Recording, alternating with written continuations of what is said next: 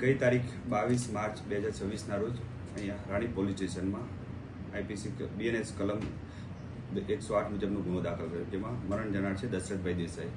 તેઓએ પોતે suicide not અને વિડીયો મારફતે જાણ કરી કે પોતાની પત્ની છે ભગવતીબેન, જેઓના ઇલીગલ રિલેશનના કારણે પોતે આત્મહત્યા કરી. આ ગુનાની તપાસ ગુનો દાખલ કરી અત્રેની પોસ્ટમાં તપાસ કરવામાં આવી.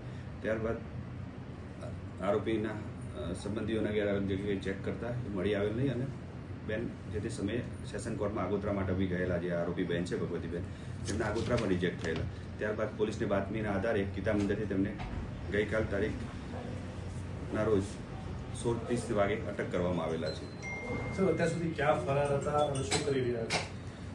બેનની રિમાન્ડ માટેની પ્રોસેસ ચાલુ છે. એ દરમિયાન એ તપાસમાં ક્યાં આટલા દિવસોમાં હતા તે બાબતની તપાસ પણ કરવામાં આવશે. જે આરોપી બેન છે ભગવતીબેન, એ ગુનો બન્યા ત્યારથી અત્યાર સુધી ક્યાં ક્યાં રોકાણ, કોની સાથે સંપર્કમાં હતા અને આ ગુનો બને એમાં સોસાયટીના અન્ય માણસો સાથે સંકળાયેલા હોવાનું પણ એમના મરણ જનારે આક્ષેપ કરે છે. એ બાબતે પણ તપાસ કરવામાં આવશે. સર, પુરાવા શું પ્રાથમિક મળી આવ્યા છે?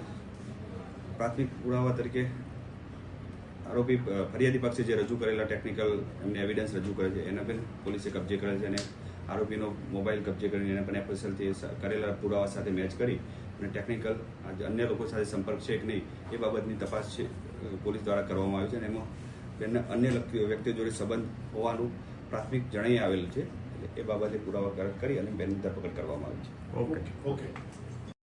हम दिखाएंगे सच्चाई की खबर चैनल को लाइक कीजिए, सब्सक्राइब कीजिए और हमारे साथ जुड़े रहिए. हम दिखाएंगे आपको सच्चाई की खबर.